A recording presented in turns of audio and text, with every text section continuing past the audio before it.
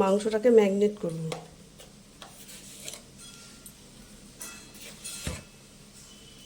যেহেতু মাংসের পরিমাণটা বেশি তাই আমার নুনটা একটু বেশিই লাগে, 3 চামচি নুন দিলাম।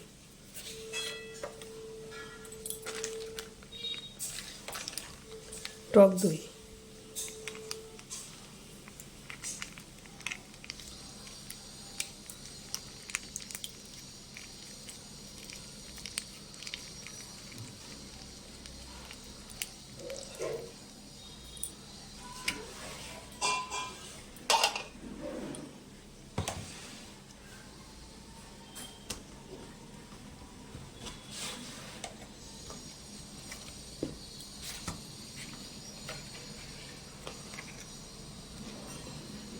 হলুদ গুঁড়ো 3 চামচি হলুদ গুঁড়ো দিলাম। এবার জিরার গুঁড়ো দিলাম, সামান্য অল্পই দেবো।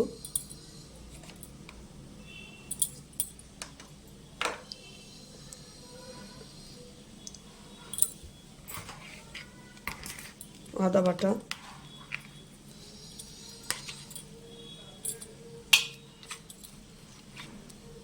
তিন চামচি আদা বাটা দিলাম।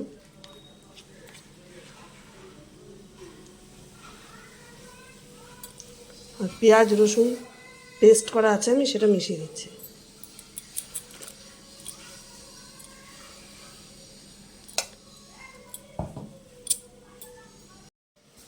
এবার মাংসটাকে আমি ভালোভাবে মেখে নেব।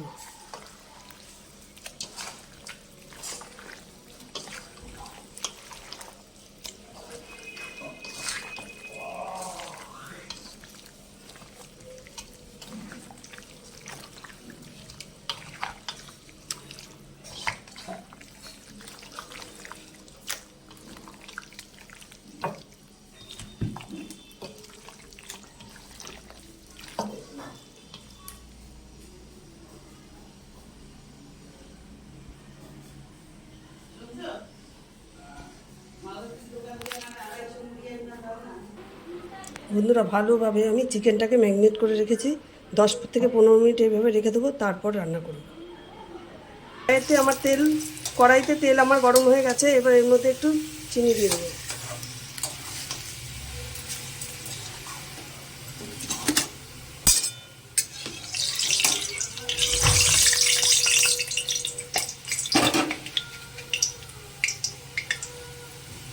এর মধ্যে তেজপাতা, এলাচ, দারচিনি, লবঙ্গ।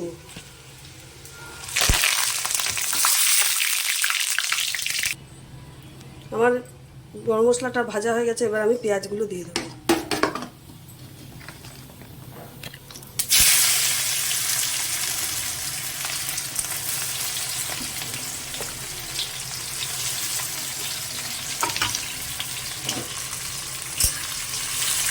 যেহেতু মাংসের পরিমাণটা আমার বেশি, সেই জন্য সব কিছু আমার বেশি বেশি দিতে হবে।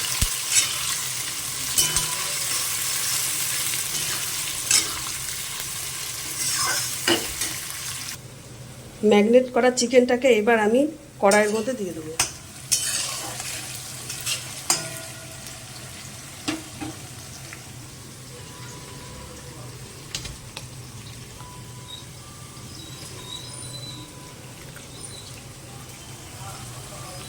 এইভাবে করে সমস্ত চিকেনগুলোকে আমি কড়াইয়ের মধ্যে দিয়ে দেবো। মাংসটাকে কষানো হচ্ছে।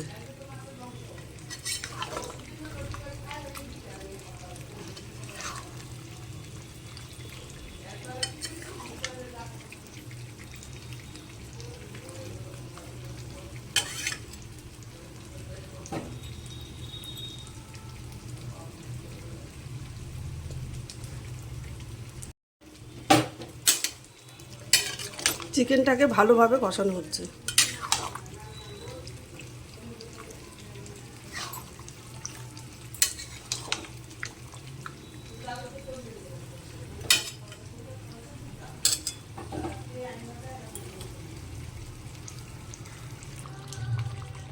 চিকেনটা আমার কষানো হয়ে গেছে, এবার সামান্য এখানে জল দেবো।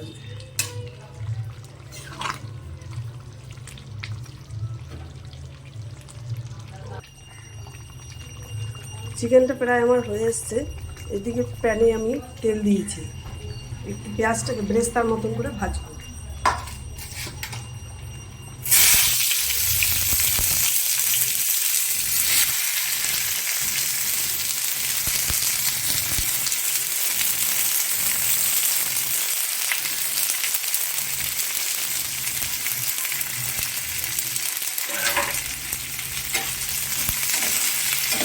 এটা সামান্য একটু নুন দিয়ে ভেজে নেব।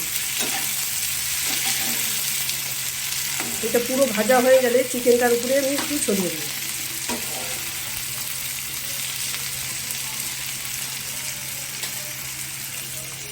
চিকেনটা আমার হয়ে গেছে, এবার আমি এটাকে নামিয়ে দেবো। এবার আমি ব্রেস্তাটা ঢেলে দিচ্ছি।